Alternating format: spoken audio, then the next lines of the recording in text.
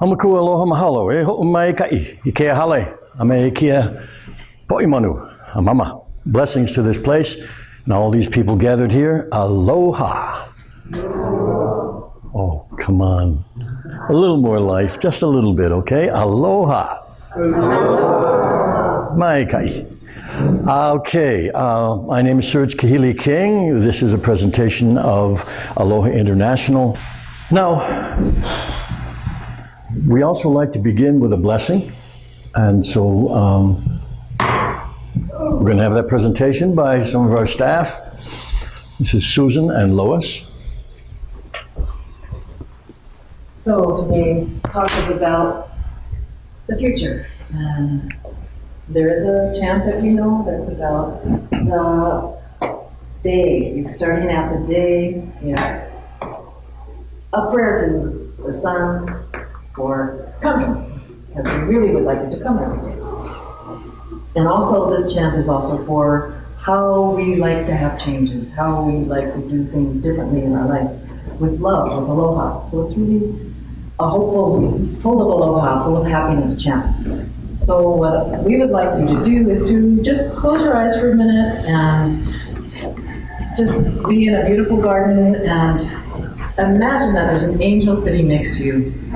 And this angel is whispering in your ear. Now this angel is really you in your highest form and in your most loving form.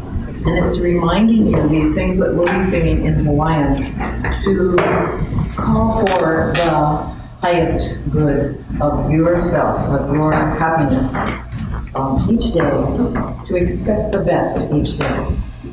So this is Aloha E Kala. Okay, Aloha E Kala, E Kawa E Nei, Kala Puno no I Kamaka o Kaehua, Ua I o Langi Pere, Ua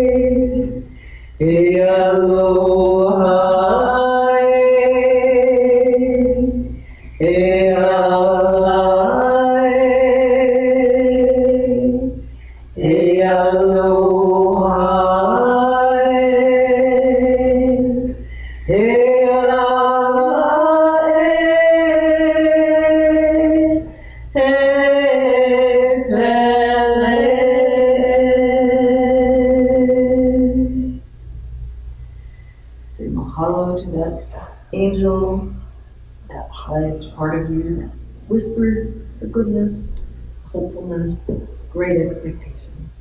Come on. Mama, mahalo. Very nice. All right. Welcome, everybody. And now we're going to begin, like we usually do, with a story. And so this story begins like this. Ikawa kahiko, mamualoa okapena kuki. Once upon a time, long before Captain Cook, there was a very famous voyager, not so much an explorer, but a voyager.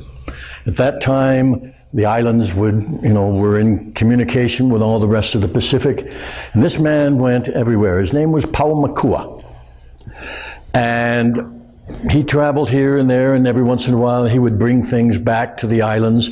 And one time, so that the chants say, he brought back 2 white priests.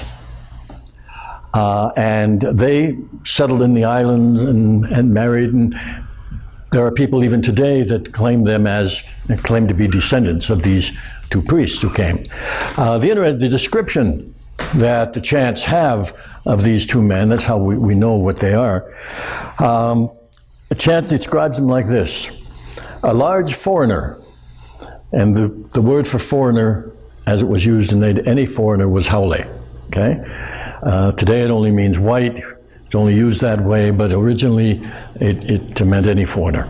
But a large foreigner with bright sparkling eyes, white cheeks, and roguish staring eyes, a great white pig with reddish eyes. Okay? And that's how they were described. Got to say this, however, it doesn't sound so great for us when we say someone looked like a pig. But in ancient Hawaii, the pig was a symbol of power, of mana, of virility, and to describe someone as being like a pig was a compliment. The other interesting thing, it sounds strange to us when we hear reddish eyes. We have all these kind of glows like goblins and things like that in our mind. But the problem is, in Hawaiian language, there's no real word for brown. And sometimes what was used for brown was a term that meant reddish. And the particular word that was used in this chant probably means that the eyes were light brown, because it's the same word that's used to describe a bay horse. Okay? And light brown eyes would have been very unusual among people that the Hawaiians saw in those days. Okay? So that's probably what the description means. Anyway, much later, actually not long before Captain Cook arrived, there was a king on Oahu whose name was Kumahana. And he was a bad king. And so finally, he was just so bad that all the chiefs of Oahu got together. This would happen occasionally in the Hawaiian history. They got together and kicked him out and chased him all the way to Kauai. Now, they needed a king. So they got together and counseled and all of that until finally they picked a young noble who had been living with the king of Maui. You know, Hawaii at this time had a feudal system, very much like the feudal system in Europe. And so once they would have a king would have a court, and he would take in young people from other places to kind of raise them in court etiquette and all that kind of thing. They had an aristocracy. So anyway, this young man, whose name was Kahahana, had been raised in the court of Kahikili. And so he was called back and elected king. The problem was this. There were two brothers who were descendants of these original white priests who had come. And they had become high priests. One of them was the high priest of the former king of Oahu. And his name was Kaleo Pu'upu'u, which literally translates as lumpy voice, but it refers to someone who is highly critical. Okay, that's the name he was given. The other one, who was his elder brother, the other descendant, his name was Kaupulupulu. And this has meanings in it that give the idea of someone quick to anger. So that's just their personality types. So we're just going to call them Kaleo and Cao. Okay? So Kaleo is the one who was the high priest to the former king, and when Kahahana came in, why, he was out, and his elder brother, Cao, took over. Well, Kaleo was so upset, he took off from Maui. And because he had a good reputation as a priest, which in those days also included things like predictions and signs and omens, as well as doing rituals appropriately. So anyway, he became the advisor, chief advisor to King Kahikili.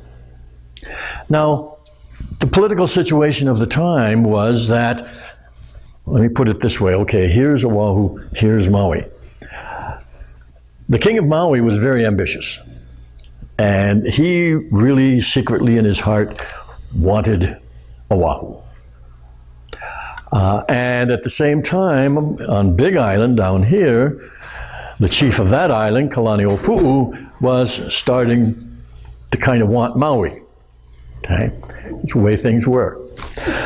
So when Kaleo came over to Maui to be the advisor, he knew about the king's secret wishes. And so what he began doing was advising him in all kinds of ways to stir up trouble on Oahu.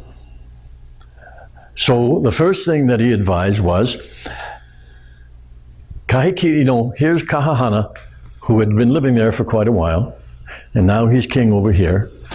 And Kahikili called on him to return a gift, because he'd raised him, he'd given him many gifts, he'd done so much for him.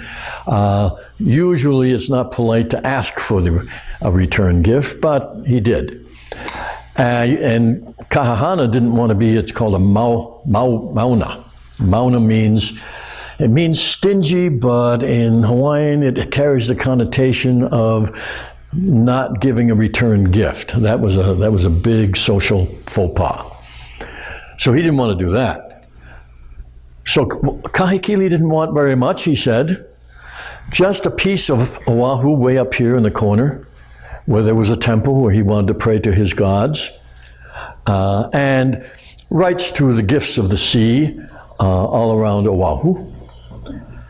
Now, the gifts of the sea, the main gift of the sea, as they called it in those days, was whalebone or whale ivory, particularly the teeth of the sperm whale. Very, very highly prized, very rare. But that's all he wanted, was the right to gather that and this little piece of land. Now, Kahahana was a young man. He didn't have an awful lot of experience, and he felt, well, that's not so much, considering all he did for me. But there was another problem. See, Kahahana was an elected chief. Now, in Hawaiian politics, if you were a chief, or even in the later days, a king or a queen, a monarch, you had to appoint your successor. There was never in Hawaiian history any such thing as inheritance by bloodline. It had to be appointed. And if the chief or the king didn't like any of the family, he'd adopt somebody from outside and appoint them. Okay? But the appointing was a very important characteristic. Okay? So you couldn't claim that you were an heir because of bloodline at all. So Kahahana had been elected. Now, because the other chief was kicked out. Now, because he was elected, he didn't have absolute power. If he had come in as a conquering chief, he could do whatever he wanted. If he had been an appointed chief, he could do pretty much everything that his predecessor did. But as an elected chief, everything he wanted to do had to be put up before the Council of Chiefs for their approval. So when Kahikili made this request for these two things, Kahahana got the chiefs together and said, look, I think this is a good thing. And most of them started to agree with him. But then came Cao, who said, whoa, wait a second. If you do this, you're going to cause us to lose our sovereignty. Now that could be considered a kind of prediction right there. He said, first of all, that little tiny piece of property also has a sacred hill on it and a bay, which is a perfect landing place for Kahikili. And we know he wants this island. And for you to give up the whale ivory, the highest possible symbol of a chief, puts you under his authority. So Cao said, no, this is not a good idea. And so finally all the chiefs agreed, but they had to give something back. So the gift that they gave back was the use of their troops in a battle, in any future battle, with Kalaniʻopuʻu of the Big Island. Well, actually, that did come to pass. There was this terrifically fierce battle on Maui by Wailuku. And I don't know if you know Wailuku. It's in the north, all the way into the north, and it's there's some temples up there, and there's some sand dunes, and this is called the Battle of the Sand Dunes. And as powerful as Kalaniʻopuʻu was, and all the troops that he brought, he was wiped out. The only good that came from that, and it was a distant good, one of the fighters in that battle from Big Island was called Kamehameha. And he did some really heroic things in saving people and battling and getting as many people as possible to shore. So he became a hero. And that was a big part of his becoming later on the sole king, is how people thought of him. Anyway, that happened. So anyway, they lost the battle. So Kahikili is still not content. And because, that's not enough, he still wants Oahu. So the next thing, if he couldn't win it openly, he wanted to win it by deceit. So with the advice of Kaleo, he started giving rumors about Cao, saying that he was really trying to undercut the young king, that he really wanted the island for himself, that he said this, he promised this, all these lies.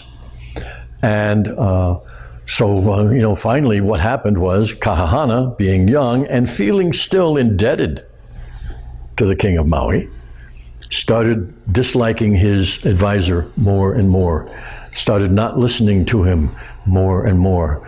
And finally it got so bad that one day Kahahana said, okay, that's it.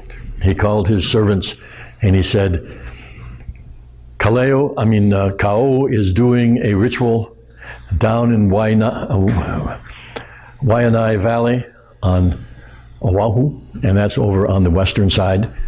He said, when he's there and when he starts to do his ritual, I want him killed. So he gave out that order. And Cao was a good prognosticator, a good predictor, he knew what was going on. And you got to remember this too. In old Hawaii, they had one of the most honored professions was messenger.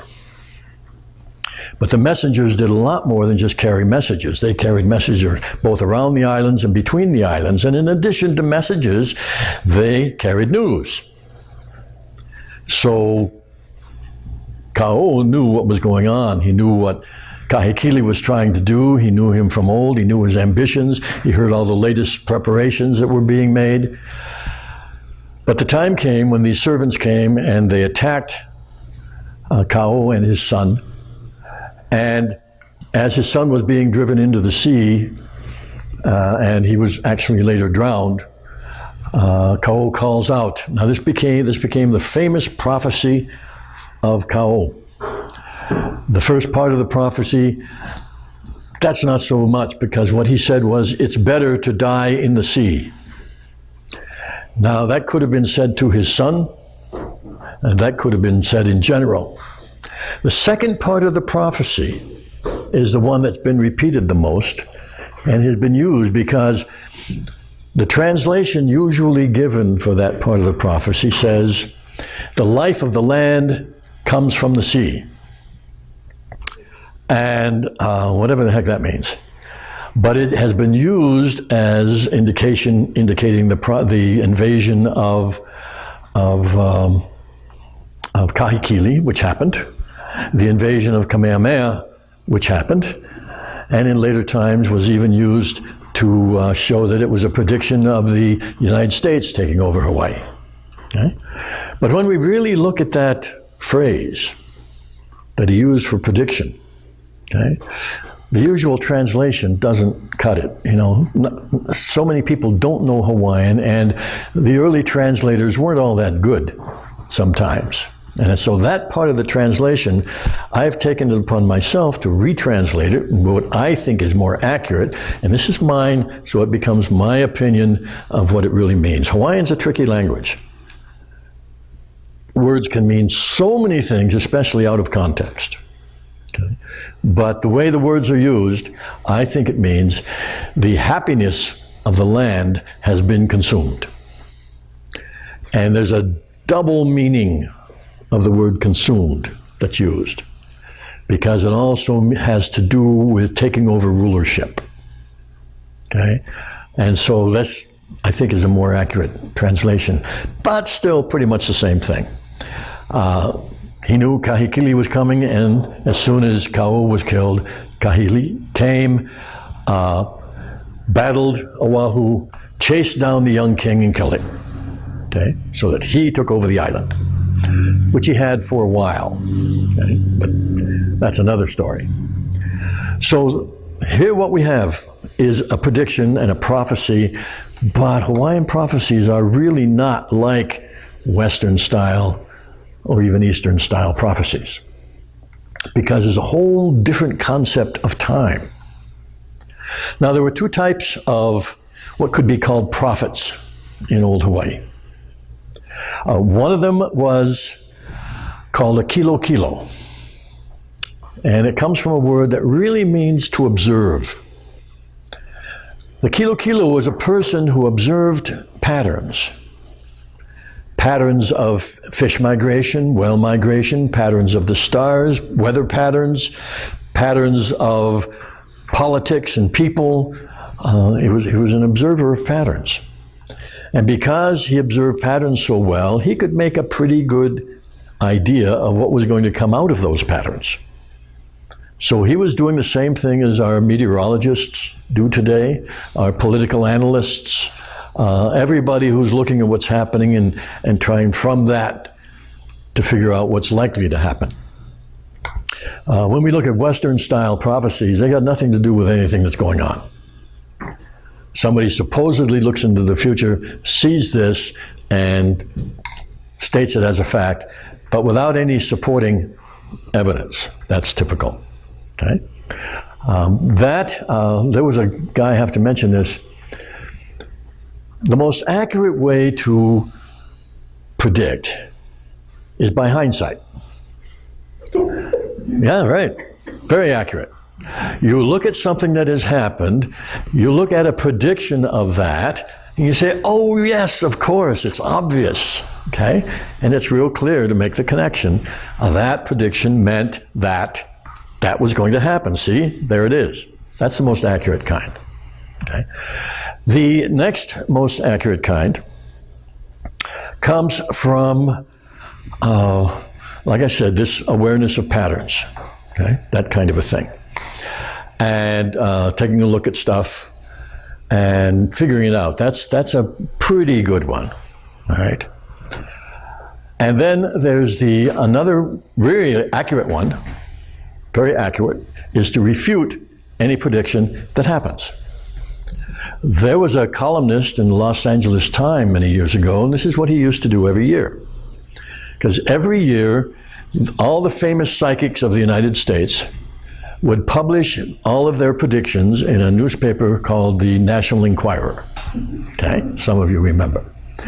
And this guy, and so they would publish all of their predictions, and this guy had a system. It was amazing. For each one of their predictions, he'd go down and he would say, this won't happen, this won't happen, this won't happen, this won't happen. And he was almost 100% accurate all the time, okay? It was wild. Anyway, so that's a real good way to do it too, okay? But the pattern one is probably overall the most useful one. That's why we use it all the time in so many ways that we already do. And they used it in Hawaii too. But now, that's the kilo. But Hawaii had also a different kind of specialist, a different kind of prophet called a kaula. Now the kaula was not only a prophet, which means that he not only did the observations, studied patterns, and figured out what was likely to happen based on those, he was also known as a magician. And being a magician means he not only looked at the patterns, not only analyzed what would probably happen, but then he would come in and do something about it, either to reinforce the pattern or change the pattern. Okay? Now, one of the most famous of these things happened on Big Island. Because on Big Island, Kamehameha had gone to try and conquer the islands, had failed because he had a relative in his backyard who was cutting everything down. Every time Kamehameha would leave, this guy would start a war and mess things up, so Kamehameha had to come back. And he was trying to figure out what to do. And so he called on this famous kaula from Kauai, who came and told Kamehameha what to do. He said, what you have to do is build a temple, not unlike any other temple, right down by the coast. And at this temple, you must sacrifice. And we don't know the conversation, but it is probable that the conversation was, you've got to sacrifice your relative. Because that's the only way you're going to stop all this and be able to go off and win the islands without any trouble. And having this as a big event is going to impress everybody. And so you'll have more people on your side. Now see, that's a kaula talk. A kilo didn't do that. The kaula said, all right, this is what you have, this is what you want, here's how you get it. And so Kamehameha built the temple. This is a long story by itself, but got his relatives come up who knew his days were numbered, and he was sacrificed, and Kamehameha went on to conquer the islands. And it's usually said that this guy was such a great prophet, he prophesied that if you do this ritual, then magically, you'll get your future. It wasn't quite like that. It was much more practical. Okay? But there was this kind of thing. So that was the kaula, a different type of thing. The kaula is the kind of thing which is much more useful to us today. I mean, sure, you can sit down and look at things and figure out what might happen. It's much more useful to sit down, figure out what might happen, and do something about it. To either do something to change it, or to do something, to reinforce what you can see is happening if you think it's good. Now, when we're looking at all this kind of stuff, the type of thing that the kilo is doing, the observer, an analyst really, okay? This is really like saying, if you want to change your life, you got to change your life. That's real simple. The kaula goes a little more deeper. And the saying that comes out of that one is, if you want to have something you've never had, you've got to do something you've never done. So that's how we go about it. So, specifics, what's the techniques? I'm not going to teach you a casting system. There's lots of those and lots of information out there, how to do it that way. You can also look like I did yesterday, using our wonderful technology. We were having a discussion about a hurricane coming into the Caribbean, and we know it was heading that way. And we have some friends down there. And we wondered, what's the hurricane doing in relation to where our friends are at? And so I got out my trusty iPad. In a few seconds, I had downloaded a hurricane tracker. I had the names and the estimated paths of all the hurricanes in the Caribbean. And I could see that, the estimation was, the probability, the prediction was that it's going to go so far south of where they are, it's not going to be a problem. Right? And that's another way to do it. We have so many resources of information today that we can look at those things and make our predictions. Now, since we're teaching Huna here, and there's where the kaula magician comes in a little bit. Some people will accept this and some won't, but we've done it multiple times, many times over the years. If we saw that the hurricane on the tracking was moving toward those islands, we would get together, we would meditate, and we would talk to the hurricane and do our best to convince it to move south. That's part of what a kaula would do as well. Right? And I can tell you, it's not 100%. No prediction is 100% when you're really looking into what the possibilities are. But boy, is that happen most often if you make friends with the hurricane. Right? If you treat it like a living being, make friends with it, then it's much more likely to do what you want it to do, if that's within its possibilities. Right? So anyway, that's part of the story. So here's a short guideline on what to do to change your future. To be wise, if you want to become wise, teach. If you want to become free, let go. If you want to be rich, enrich. Make others rich. If you want to be healthy, heal. If you want to be loved, love. If you want to be powerful, empower. And if you want to be successful, help others to succeed. And that's our advice for this. All right. Pipiholo Ke Ka'au, so goes the story.